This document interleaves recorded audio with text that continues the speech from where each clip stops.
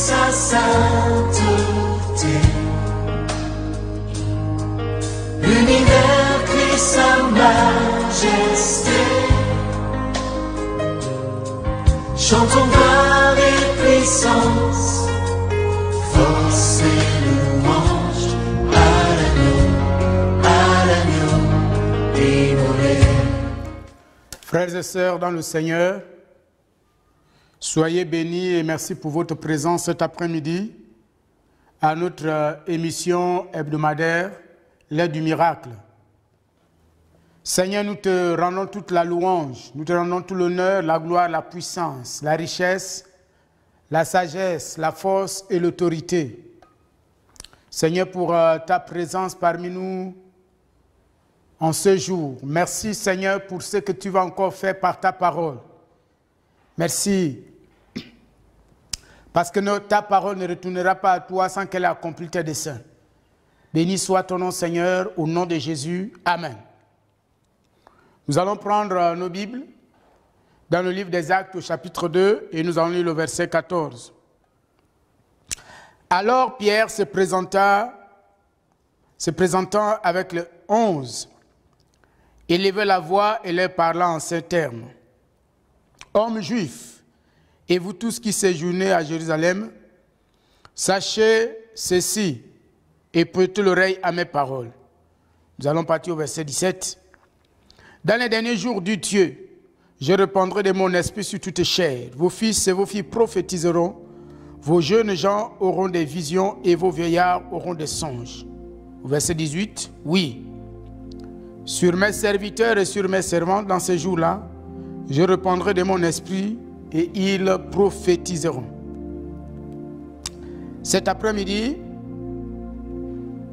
nous allons poursuivre notre étude sur le thème les bénédictions de la résurrection de Jésus. Et nous allons nous intéresser à une bénédiction. Dimanche, nous avons vu que la résurrection nous a donné l'audace et le courage d'affronter les événements, d'affronter les circonstances et de les vaincre. Et ce deuxième résultat, donc celui d'aujourd'hui, c'est que la puissance de la résurrection de Jésus a rendu nos paroles puissantes. Nous sommes devenus de facto les prophètes de Dieu. Et les paroles qui sortent de nos bouches, les paroles qui sortent de ta bouche sont des paroles prophétiques. C'est-à-dire que c'est par le Saint-Esprit que tu parles. Donc, telles les paroles de Christ sont, telles tes paroles sont. Telles les paroles de Christ sont puissantes et affectent positivement les individus, la nature, les circonstances. Telles tes paroles aussi sont. Elles ont le pouvoir, tes paroles, d'affecter les hommes, d'affecter les femmes, d'affecter les événements.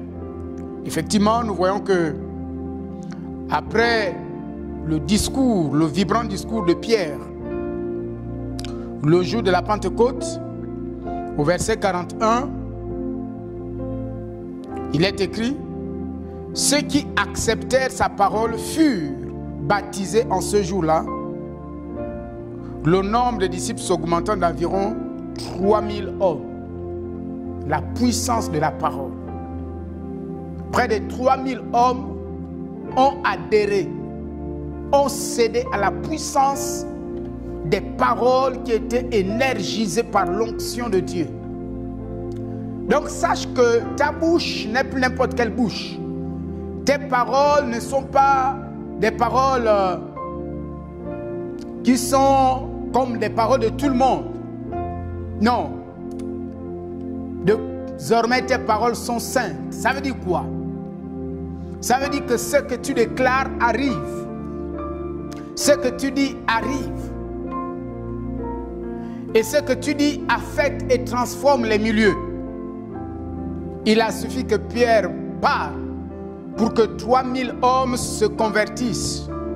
Et la Bible, au verset 37, il est écrit: après avoir entendu ce discours, ils eurent le cœur vivement touché. Et j'ai regardé dans le texte grec. Le verbe qui est traduit par toucher veut dire piquer. Tes paroles sont des piqûres. Tes paroles sont des piqûres. Des piqûres qui donnent la vie, qui donnent le salut, qui donnent la guérison à ceux qui y adhèrent. Mais des piqûres qui deviennent aussi des poisons de destruction pour ceux-là qui se révoltent contre cette parole. Alléluia. Donc désormais, il ne faut plus négliger ce qui sort de ta bouche. Il ne faut plus mépriser ce que tu déclares. Parce que dès lors que tu es rempli de la puissance de la résurrection de notre Seigneur Jésus-Christ, tes paroles sont devenues les paroles d'un prophète. Tu es un prophète de Dieu. Le deuxième résultat, toujours par rapport aux paroles, au chapitre 3, le verset 4, Pierre, de même que Jean, fixant les yeux sur lui, dit, regarde-nous. Et il les regardait attentivement, s'attendant à recevoir de quelque chose. Alors Pierre lui dit, je n'ai ni argent ni or, mais ce que j'ai, je te le donne au nom de Jésus-Christ Nazareth, lève-toi et marche. Et le prenant par la main droite, il le fit lever. Au même instant, ses pieds et ses chevilles deviennent fermes. Pierre n'a fait que parler. Et après parler, Pierre est passé à l'action. Il a tenu le monsieur et il lui a commandé de se lever. Il s'est mis debout. Ta parole, mon ami. Ta parole, parle aux malades. Les malades seront guéris. Est-ce qu'il y a une paralysie dans ta vie? Est-ce qu'il y a un domaine de ta vie où tu te sens paralysé? Où tu te sens encore esclave des autres? Où tu n'as pas encore acquis la liberté? S'il y a un domaine, parle à ce domaine. Il a suffi que Pierre parle. Les pieds ont obéi, les pieds de cet homme. Les pieds qui sont restés pendant 38 ans paralysés, inertes, sans vie. Au contact de la parole de Pierre, la vie est entrée. Les cellules de cet homme, les os de cet homme, les veines de cet homme, les nerfs de cet homme, tout a repris vie grâce à la puissance de la déclaration de la parole de Pierre. Parle. Parle. Parle, déclare la vie. Déclare la vie. Qu'est-ce qui est mort? Qu'est-ce qui est paralysé dans ta vie? Au lieu de t'apitoyer, parle. Déclare. Tes paroles sont chargées de vie. Elles sont chargées de puissance. Elles sont chargées d'énergie. Parle. Est-ce que là où tu es, quelqu'un tire malade, va parler à son corps. Voyez, Pierre n'a même pas eu besoin de dire paralysie, esprit de paralysie sort. Non, il dit, au nom de Jésus-Christ Nazareth, lève-toi et marche. Il a simplement commandé aux membres de cet homme de jouer le rôle pour lequel ils ont été créés, pour lequel ils ont été donnés à cet homme. Parle. Rappelle à ce domaine de ton corps le rôle pour lequel tu l'as reçu. Oui. Parle à cette circonstance. Rappelle-lui le rôle. Oui, parle. Telles les paroles de Christ sont, telles tes paroles sont. Cet homme s'est levé à l'instant même. Oh! Imaginez l'émotion de cet homme. Imaginez l'émotion de ceux qui le transportaient. Ils se sont réjouis. Pas seulement de la délivrance du paralytique, mais aussi de leur propre délivrance. Parce que par ricochet, eux aussi, ils souffraient du fait qu'ils devaient transporter régulièrement cet homme devant le temple. Mais il a suffi que l'homme de Dieu parle. Alléluia. Parle. Parle à ton ministère. Déclare le rôle pour lequel Dieu t'a confié ce ministère. Il va connaître un développement, une extension, une révolution. Parle à tes finances. Parle à ta santé. Parle à ton emploi. Déclare qu'il a été donné pour te servir. Parle à ton commerce. Parle à ton entreprise. Quel est le domaine qui est paralysé? Parle à ton époux. Parle à tes enfants.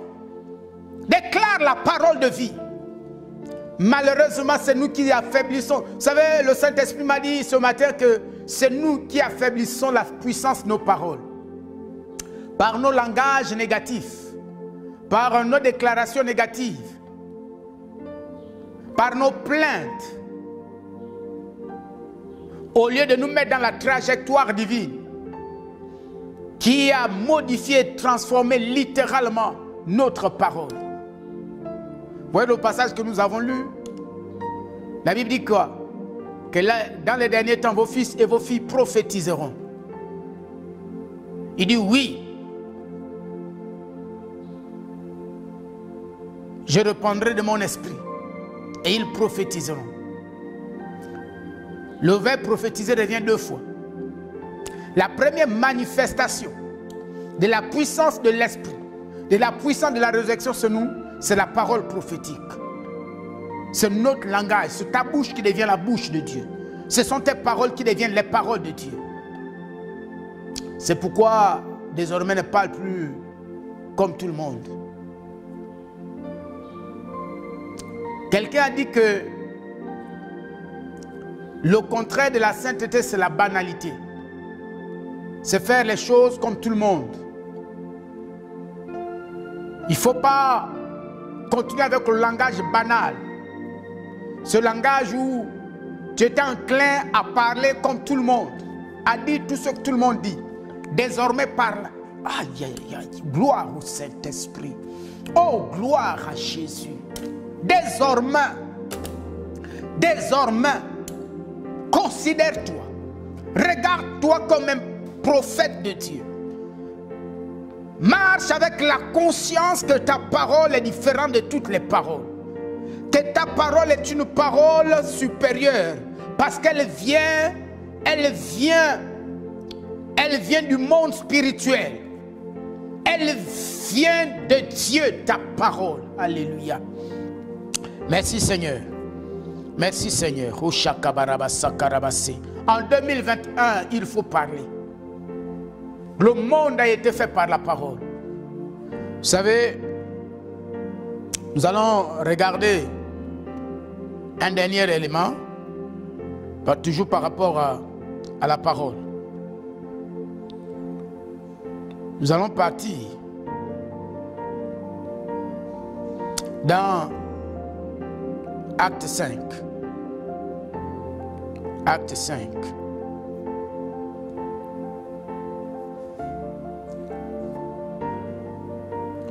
Acte 5. Pierre lui dit, Ananias, pourquoi Satan a-t-il rempli ton cœur au point que tu montes au Saint-Esprit et que tu aies retenu une partie du prix du champ? S'il n'eût pas été vendu, ne te restait-il pas? Et après qu'il a été vendu, le prix n'était-il pas à ta disposition? Comment as-tu pu mettre en ton cœur un pareil dessein? Ce n'est pas à des hommes que tu as menti, mais à Dieu. Ananias, entendant ces paroles, tomba et expira. Une grande crainte saisit tous les auditeurs. Oh Dieu, oh Dieu, oh Dieu, oh Dieu. Il n'a pas déclaré la mort d'Ananias. Il n'a pas dit, Ananias, comme tu as menti, ben tu vas mourir. Il a simplement dit à Ananias, comment est-ce que tu as pu oser mentir au Saint-Esprit? Souvent nous faisons des vœux sans les réaliser. Il avait fait un vœu. Le problème, ce n'est pas le fait qu'il ait mis de l'argent de côté.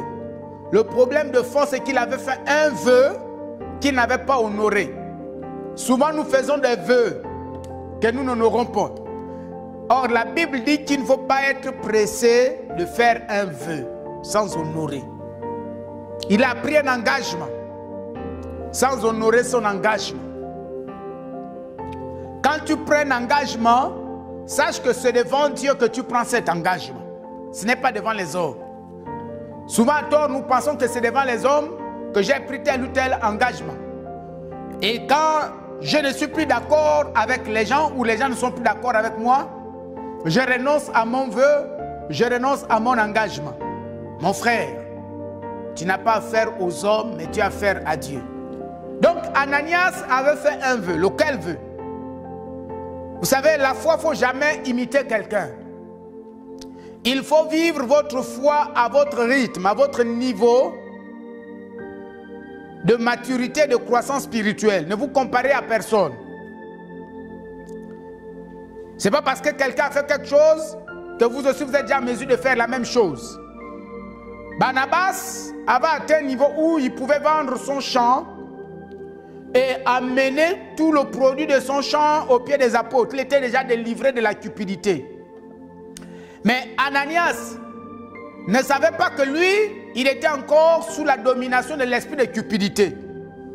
Dès qu'il s'est retrouvé devant le prix du champ, la somme était tellement colossale qu'il est revenu à lui-même et a dit non, ma femme.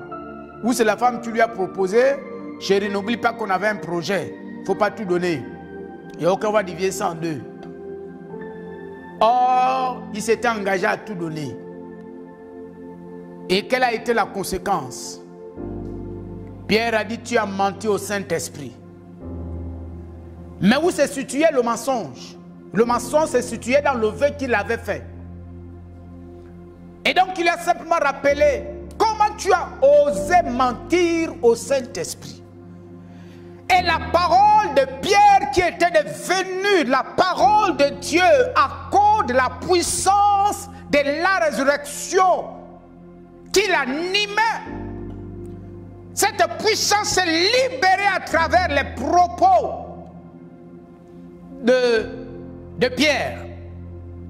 Et malheureusement, l'effet de ces paroles ne vont plus être des faits de bénédiction, ne vont plus être des piqûres qui apportent la guérison, qui apportent le salut et la délivrance, mais des piqûres qui apportent la mort. Oh mon Dieu! Mes frères, il faut faire attention avec les paroles des hommes de Dieu, les paroles des femmes de Dieu. Tu es un homme de Dieu, tu es une femme de Dieu. Quand tu déclares ta parole sur quelqu'un, il doit faire attention avec ta parole. Il sera tenté de te mépriser. Parce que lorsqu'il voit ta personne, il se dit non, mais lui, là n'est rien. Mais il ignore une chose, que dès lors que tu es devenu le temple, le siège de la manifestation de la puissance de la résurrection de Christ, tes paroles ont été littéralement changées. Et donc tu as le pouvoir de déclarer la vie, mais le pouvoir de déclarer aussi la mort. Et je déclare qu'en 2021, tout ennemi qui se tiendra sur ton chemin rencontrera ta parole. Et ces paroles ne seront plus des piqûres de vie, mais des piqûres de mort. Au nom puissant de Christ Jésus. Alors, frères et sœurs, aujourd'hui, il était juste question de regarder ce deuxième résultat, cette deuxième bénédiction. Que désormais, nos paroles ne sont plus n'importe quelle parole. Telles sont les paroles de Christ, telles sont nos paroles.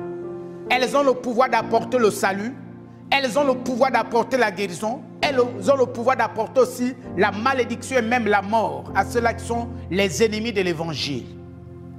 Je déclare au nom puissant de Christ Jésus qu'en 2021, aucune parole qui sortira de ta bouche ne tombera sans qu'elle ait accompli les desseins de Dieu pour toi au nom puissant de Christ Jésus.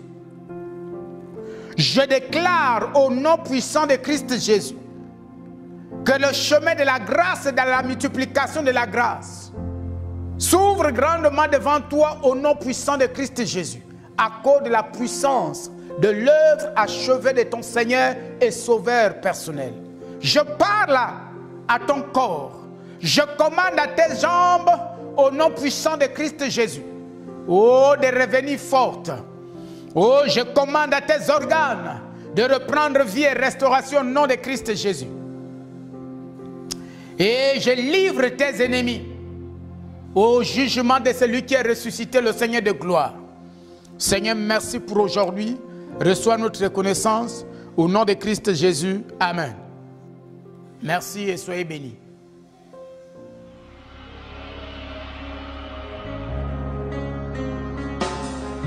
Tous les anges de sa sainteté, l'univers crie sa majesté. Chantons